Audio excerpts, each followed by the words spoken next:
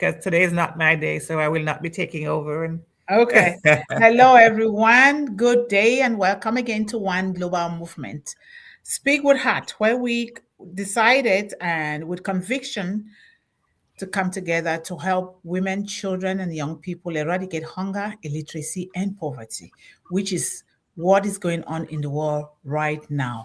And under different conditions, we know that because whatever happens to this population, whatever happens to us, because it starts with us, the end goal is that people suffer from hunger, and hunger, not just the physical hunger for a lot of things, hunger for education, hunger to prosper, hunger to build their families. And this is the truth.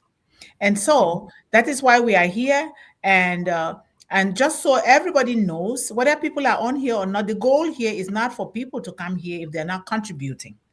The goal here is to teach and also learn and then broadcast these things in different social media handles, especially the YouTube, where people always go there because we go through all those things and read and see what is going on behind the scene. A lot of people love what we are doing here because you can tell from the YouTube, they always go there and watch. But if we are here, we contribute to one global movement. And if you have the love for women, children, and young people, that is what we do. So thank you guys so much for being here. And let us keep doing what we are doing, especially in your own individual families or yourself, because you need to eat. You need you need a roof over your head. You need to grow. You need to invest. You need to do a lot of things. So keep on doing what you're doing without waiting, because time waits for no one. Whatever is not working well the way you want, whatever challenges you're facing, keep moving. Take those pit holes as learning curves for you. Because with everything that happened to us in life, if we take it positively, we will learn and then we will thrive. So that is very, very important to me, because I failed a lot with this one global movement, but I'm not giving up, because what else was I created? But to take care of others, especially these young ones and women. So this is very important for us here. So thank you guys again so much. Thank you, two beautiful sisters here today. I am highly grateful. So today is Thursday, January 22nd. Wow. Pretty soon, 1 month will be gone. I know. And we're in OGM Revolution Part 406, formed before we are asked, Series 3. This series are so beautiful. Formed before we are asked, Series 3. Preparation happens earlier than we think. Rethinking when readiness actually begins. Preparation happens earlier than we think. It does. Rethinking when readiness actually begins. And so I am going to throw it on the floor. Whoever picks it first, that's fine. Then we just keep laughing. Well, we're so glad to see Sister Melanie. We always honor her with letting her go first. Yes. Thank you, sisters. This is a very interesting topic where we think that we can just sit and things happen. Our children need to be prepared for life since the very young age. So preparation happens for earlier than typically assumed, shifting readiness from a final confidence stage to an ongoing process that begins with actions, not just planning. And true readiness involves continuous deliberate actions, like building skills, like fostering emotional regulations, and embracing discomfort, rather than waiting for a perfect prepared moment. You need just to get ready. And I have elaborated key aspect of rethinking readiness. And I said readiness as action, not waiting. The first aspect, readiness should be an action, but not waiting. And the feeling of being ready is often an illusion or a moving target that causes delays. So real growth and confidence are built by targeting before you feel completely prepared, effectively learning, and adopting along the way. And also preparation in daily life. You need to be prepared on daily life. What do you have to do a day? You need to plan your day. As you need to plan your day, you need to teach children also to be ready to plan their day. And preparation for a major life milestones such as school, careers, or relationships actually occurs through small, consistent, and foundational steps, often months or years before the milestone itself. And earlier skills development. For children, school readiness isn't just an academic. It's rooted earlier in the self-career, social communication, and also emotional self-regulation skills. And there is a cognitive shift that has to be developed also. And overcoming the fear of failure allows individuals to stop waiting for permission or credentials and start creating their own opportunities. And also, a strategic discipline need to be implemented. For example, in organizations, true preparation is about building capacity through consistent, proactive effort, rather than merely treating it as a final compliance checklist. And this perspective emphasizes such success is not merely waiting for right opportunities, but result of the foundational work done well in advance. Now, preparation allows you to relax, strive, and be confident as if you have prepared properly. You will know that you are going to succeed. As you have prepared earlier properly, you know that the success is in your hand. And being prepared increases your productivity and help you to feel a sense of achievement and motivation for the day ahead. So what we have to do, as we are on this platform to encourage the growth of our children, we need to teach our children since the young age. From the birth, children need to communicate slow by slow. Even when a mother looks in the face of a child, a very young baby, he learns something or she learns something, and she develops their sense. All senses get developed from the young age. And as they grow until they start, they go to schools, from the nursery school, you need to prepare your child to get ready to embrace life, slow by slow, until they be mature, until they get ready to take their decisions. It's not something that you will sit down and say, there is a time frame where a child is ready. No, it starts very early as they grow up. It does. Yeah. Yes. Thank you. Thank you. Very well said. Wow. You go ahead, sister, please. Okay. Thank you so much, Melanie. And yes, that is very so well true. said. Very well said. Preparation starts from day one. And even science, and I will call my grandmother, she's a scientist, but never went to school, said, you need to start from the womb. Of course. Start talking to your unborn baby. Prophesy over your unborn baby, especially when that baby starts moving in your stomach. And both of the parents, not just one parent. What do you want your baby to become? What are you asking God for? Because remember, these kids are created with all of those good things, but if we do not nurture those things, it's not going to happen. And we are responsible for it. And so preparation happens earlier than we actually think. And remember and my grandmother sometimes will say, mind the words that you speak when you're pregnant. Be very careful of what you're speaking when you're pregnant, and be very careful what you set your eyes on when you're pregnant. And those things are so true. So we're rethinking when readiness actually begins. And I always like to ask this very important question. When does readiness actually begin? When? And here we know, and we continue to study all the time to know that it begins even from the stomach. But if it doesn't begin there, day one, when your baby is born and they place that baby in your arms, what are you saying to that baby? That's exactly where it begins. And people will say, oh, but it's a baby. How is this baby going to understand? Oh, yes, they do. They do understand everything. So is it when we are trained do these things begin when the children or the babies are trained? When are we certified? Are we certified to say, oh, now it is the time? No, every time is the time when we are finally confident enough. Because there are some parents like me. I used to read a lot of books. I bought lots of books when I was pregnant because I wanted to know everything on how to raise a baby, including the knowledge that I was taught by my mom and my grandmother. And so I read a lot extensively just to make sure. And or does readiness begin much earlier? We know that it begins much earlier, or long before the moment ever asks anything of us. So at One Global Movement, we challenge a common assumption. Readiness does not begin when responsibility arrives. You got to stay ready. Be ready. Just like Melanie gave the examples there. You don't just sit and say, okay, I will be ready when this thing happens or when this thing comes, if I get ready.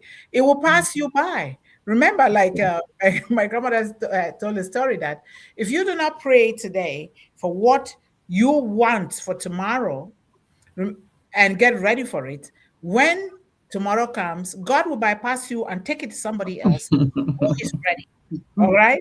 So you pray or you take action today in readiness for tomorrow. Readiness begins when formation starts. Formation where? In the womb.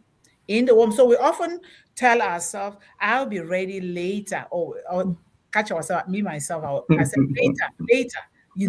But that later comes with its own responsibility. If you don't do it now, that's why sometimes we become so overwhelmed because we just say later. Sometimes later is okay because you know from within you that you were sick or some emergency happened or something happened that you have to pay attention to first. That one is okay. But if we just say later, sometimes we say they are too young. These children are too young. What are they going to understand? Just simple things like that. It creates a very big deal if we don't do it. This is not the right time.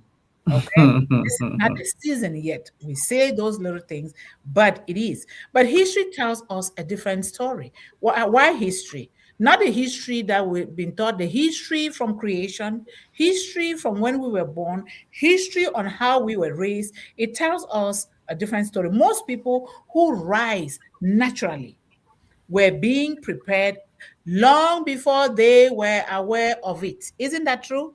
Yes. That's so true. So readiness is not an event. No, it's not an event. It is a process and a natural process that starts from formation. It doesn't suddenly appear at adulthood, leadership, or in times of crisis. It grows quietly every day and a lot of time without you even knowing, so long as you are taking action. It often really comes unnoticed. You see a child, you're teaching a child something.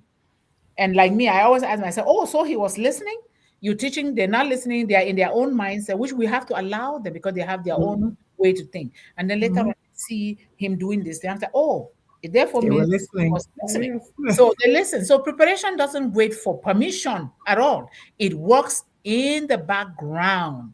And when we misunderstand readiness, we delay responsibility, and sometimes our destiny is delayed because we misunderstand readiness. And so readiness is from day one, from the womb. And so it's very, very important that we teach our children these things, teaching ourselves first, because if you don't know it for yourself and you are actioning these things out, how are you then going to teach a child? They will not understand because all of us, let alone children, we learn by seeing. We learn through the actions that our parents are taking because they will question you, Mommy, why are you doing this? Daddy, what are you doing? And sometimes parents don't like, why is this child questioning me? I'm your parent, don't question me. They'll question because that's the way they learn. They question so that they can also emulate. If they don't question, who else are they going to question? This is very, very important. So preparation really looks impressive. It looks like learning to be accountable at home, being trusted with small responsibilities, being corrected with dignity and love, being allowed to try, and try again and fail and try again and fail and never giving up until you fail your way to success. With nobody laughing at you or telling you, oh, look at your friends. Oh, your friends have gone that far. You're still here. Do it at your pace because you have your own way of reasoning.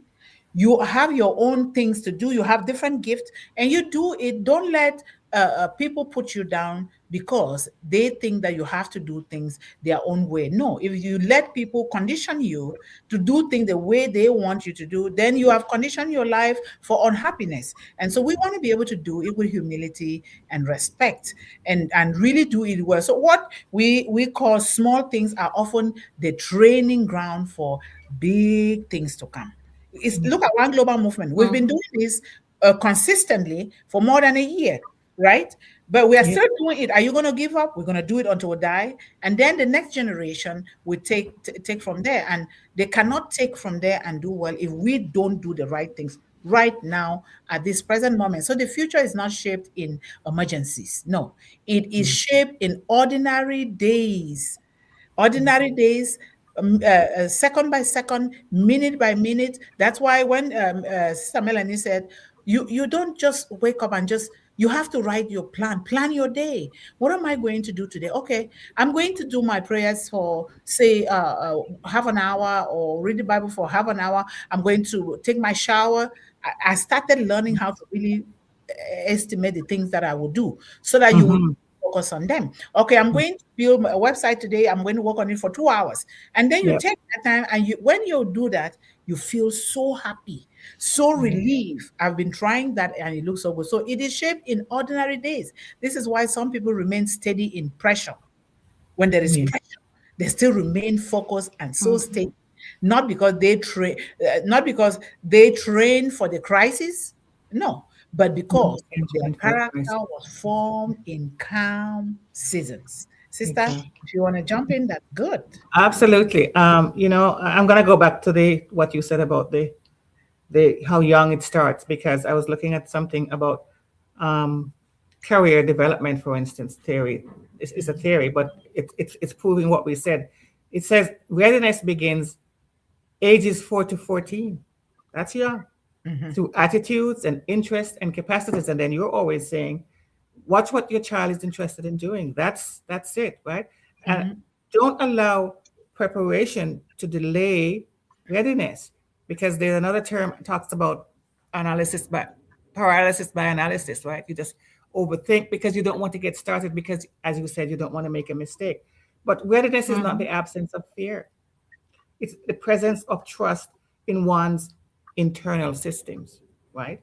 Think of a time that you acted before you felt ready, and we all can think of that, or else we'd never get anything done. Because the truth is that you never ever, especially for big things, you never ever really feel totally ready, do you? You just know that it's time to start it now, and that's what you do. You jump in, feet first, right? And so planned happenstance. Curiosity and mindset formed early turn chance into opportunity later. Curiosity. Young people are preparing long before the adults think they are. That is true. That's what we're saying here. And it's called the invisible runway, right? Readiness is built slowly over years. We said that. Modeling is the pavement of that runway. And who are they looking to for modeling? The grown-ups, right? So when young people take off, they rely on the patterns that they absorbed long ago. It wasn't yesterday. When a runway are today's adults what runway are today's adults unknowingly building for tomorrow's leaders? So again, it comes back to us, right?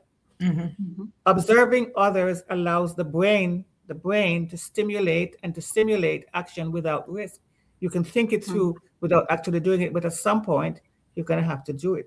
Children and young people rehearse life by watching how adults handle stress, how they handle failure, how we handle failure and uncertainty. And Sister Melanie talked about regulation, emotional regulation. It is modeled. It's not taught. You can't tell somebody how to behave in a crisis, right? You can lay the groundwork, don't go into the house or whatever, but how they handle themselves, that is going to be done on the fly. Yep. They are learning how to be ready by watching how we handle our unready moments.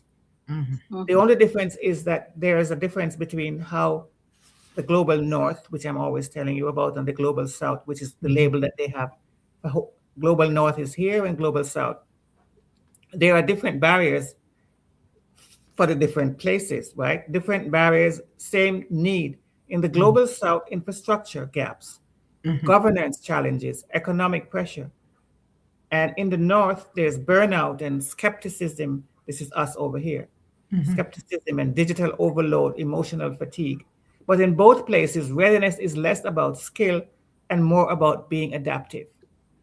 That is Yes. what that is what it's about. It's not about what you have or don't have, because it's the same idea. You have to be ready to go. So a youth in Lagos models resourcefulness for a student in London, because the youth in Lagos doesn't have as much of the resources, but it doesn't matter. They have to find a way forward, right? And a person in Berlin activist models policy engagement for a community leader in Jakarta. Two different places, but it's the same idea. Readiness, readiness, readiness. And then it says readiness as a psychological safety. Anxiety is global in 2026. Whether you're in the north or the south, it does not matter. Mental health literacy is part of readiness, knowing when you feel safe. Young people act when they feel safe enough to try. Safe enough to try. So go ahead, sister. So, Melanie, if you have anything else, that's good. Otherwise, I can Yes, continue. yes. I have something to add is that proper preparation ensures readiness actually, and minimize uncertainty, build confidence. Perfect practice, on the other hand, refines skills through consistent, focused effort. And when these two concepts are combined, they create a powerful synergy that leads to excellence, efficiency, and long-term success. So these two concepts, we need really to make sure our children knows about them. They knows about them since young age until they grow, until they may be able to take their own decision. And when they understand these two concepts, we're sure that they are gonna succeed in life. Amen. Yep, Yes, ma'am. certainly. Thank you so much. This is so true. And, I would like to challenge a deeply held belief here. Yes. Readiness does not begin when someone is confident, it begins when someone is trusted. Yes. Yes. Trusted. Absolutely. And when Yes. children don't become responsible when we motivate them, they become responsible when we include them. Motivation is not the key, inclusion is the key. Mhm. Include your Sure. children in their upbringing, beginning from birth. Let Yes. this baby in your hands see you and daddy talking about them right. You guys are holding right when it's breastfeeding. Oh, you are so hungry. They hear you and daddy. They are talking about them. You are including them. And you guys speak with one mouth and say, okay, I was thinking this baby, this is what is happening. This is what is happening. This baby is happy like this. This is what this baby is always gravitating towards. What should we do? You guys speak with one mouth, whether you're together or not. Yeah. Whether you're divorced or not, I plead with each and every one to keep the mental, emotional, and whatever feeling of the child intact is for both parents to invest in that child, Yes. regardless of what. And so they will grow up to become that. So young people don't grow into leaders when we protect them from responsibility. Do No, they? they Yes. don't. No, they don't. They grow when responsibility is introduced gradually and wisely with love, with an all inclusion. And the Yes. key here again, it always falls on us, the parents, because these kids are from us, right? So if we delay responsibility too long, what happens? We Mm-hmm. create adults who are informed. They are well informed, but unformed. They are not Yes. well. And this is Yes. what happens. And so readiness begins when values are practiced, your family values, Yes. your values, your health, the biblical values, not preach, not preaching. Have you ever heard your child tells you, are you done preaching? That means so when the responsibility is model, we are talking action, not imposed, not saying you have to do this, or the child tells you, "Mommy, Daddy, can you give me some time? Let me be done with this." And you don't even believe in that child. You just say, "No, no, no, leave whatever thing you're doing and do this." It doesn't work like that. You make the child to be skeptical. You make the child to avoid you. You make the child to go lock themselves in their room. They only want to be in their room. And so we want them to just make them build the environment that will suit them, answer their questions, listen to them. Like this morning, my son was saying something because we were done with our morning devotion. And then, "Mommy, are you listening?" I said, "Mm-hmm." But I was listening, but I was not paying attention. I said, "Uh-huh." Then you think you can fool them, don't you? You can't. Like this in my face. I said, "Okay." I dropped everything that I was doing that so he caught me right there. And so because he likes attention. So when all of us like attention, and you pay attention to things. So when character is shaped long before visibility arrives, that is true readiness, right? That is very, very important. Yeah. Yes. That's right. Thank you, sister. Yeah. Because every adult, educator, leader, or parent is currently shaping someone's readiness. Every adult is shaping someone's readiness right now because they are watching. And as we said, watching more than listening to what we say. Preparation does start way earlier than we think because it starts with the examples we're setting today. Yep. That is how it starts, them watching us. And it was always like that from generations to generations. We did that. You know, some of the habits that we have or some of the things that we do, where do you think we got it? Good or bad? Yep. And ladies and gentlemen, let's not overthink this because naturally we are born with those things. Naturally, let's not overthink. Don't say, "Oh, I have to hire this counselor to teach me." These are moral values that we were created with. You, me, everyone. Those things are right deep within us. But then we, the parents and the adults around these children, have to awaken this. That is why we are stewards. We are servants. We need to awaken these values. And we are here working together because if something is going the other way, one person has to call our attention and say, "Sister, what do you think? I think this is this." Even correction is very, very important. And that's why. So we coexist because of these things. And so it is so important that we look inward within ourselves, look inward into our homes, help our children to come into the home and into themselves, rather than if you push these children outside to go get the truth from outside, the tendency is that they're not going to be happy, they're going to be used, and they're going to embrace other things that are not healthy for them. Before you know, you say, "Oh, this child is doing this child is drinking, this child is doing that," not knowing that the environment that we created for these children push them out. So please, and I know that sometimes it can be challenging because if a parent is sick, it becomes a problem. That is why we are here as One Global Movement. What can we do? Because if you have challenges in your place, we want to be able to get some resources, whether it is books, whether it is something that can help those children. And that's why we build the environment. A very good environment for the child before the child comes out of the stomach. That environment is already there. When that child comes, see that environment, I bet you they're going to grow up with those things and it will happen. So that is very important. Thank you. Absolutely. So yes, sister. Right.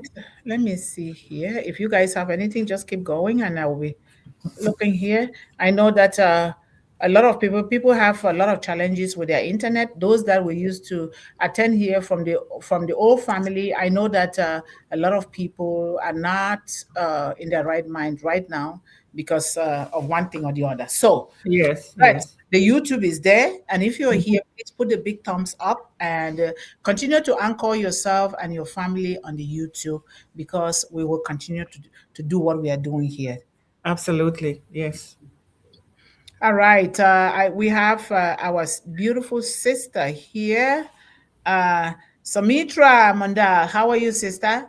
Thank you so much for joining us here, and thank you for supporting women, children, and young people worldwide. We highly appreciate you, and greetings everyone, and thank you for joining us on the Thursday live session of One Global Movement to help us with heart for the marginalized of the world. And please put some hashtags there, okay? The hashtags do a lot of good. Hashtag One Global Movement, hashtag Speak with Heart, hashtag Defeat Hunger, hashtag Defeat Illiteracy, hashtag Defeat Poverty. And so please share your comments on today's topic. Preparation happens earlier than we think. Rethinking when readiness actually begins. Yes, thank you, sister. And of course, welcome, Melanie. Thursday is your day now, Melanie. So yes, we're glad to see you. Tuesday is but Yes. yeah, then I will be the introducer or whatever you call it. Yes. All right, and then we have our StreamYard here for those of you, which is what we are using right now, the free version of StreamYard. If you subscribe to StreamYard, they will send One Global Movement $10, and this will go a long way to buy an exercise book or pens and pencil to a child. So thank you so much. And hello, Debandra Nath. How are you, sir? Thank you so much for joining us here. We highly appreciate your support and your presence for women, children, and young people. And we have our beautiful sister, Sister Patty. How are you? Thank you so much, sister, for taking the time to be with us here today. We highly appreciate your love and your presence for our population in the world. And hashtag embracing discomfort.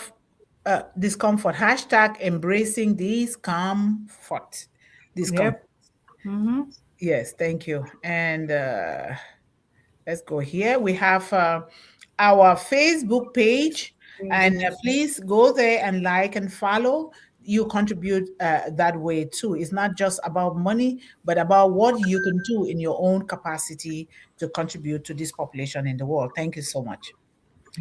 And this is why we also stress modeling on One Global Movement, hashtag One Global Movement. We stress that a lot. And I thank God because we always put that on us, right?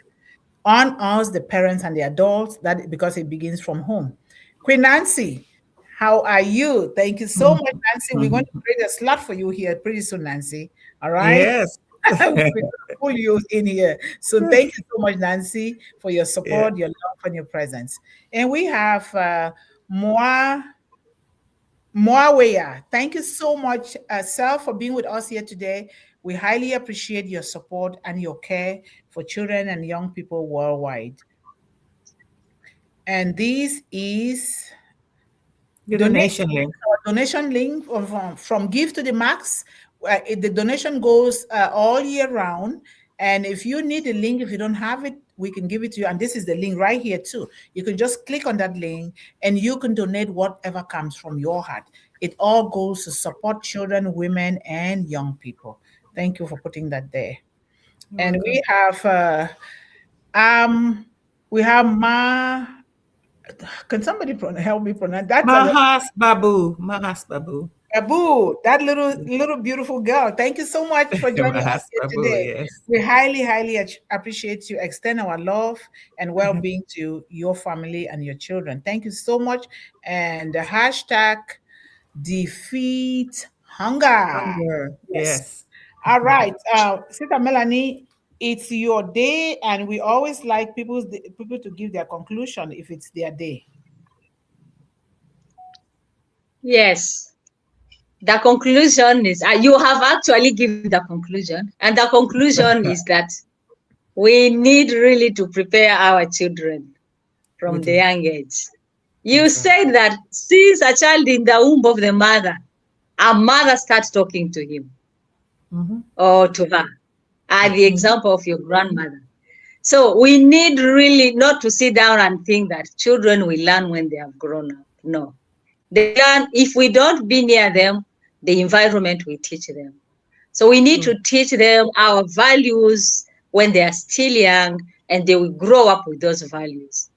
Yes. You know, when you are in a home, it happens so often for people who take time to to do devotions in their homes. You watch, when you have forgotten to that day for the devotion, a child will come and tell you, Daddy, Mom, but we didn't do this. Why didn't we gather together? We didn't sing, we didn't pray. He will come and remind you because he's used to that and he knows that it has to happen. So it is that attitude that shows that a child is following what is happening around him. He's learning from their parents, and it helps him to take responsibility as he grows. And that's what we have to do. Once we do this, and it will help us to be closer to our children, follow them, build the friendship. When you become a friend to your child, you know that we don't hide anything. And we no learn the bad attitude that he gets in the environment. So let us try to be near our children in the young age. It will help them to get ready for everything they're going to embrace. Thank you. What a wonderful conclusion. Thank you guys so much. And have a beautiful weekend. And we'll see you again on Tuesday and Thursday next week. We love you all. Bye-bye. Bye-bye, everyone. Bye-bye. Have a great Thank weekend. you. Bye, everyone. Bye-bye. Bye.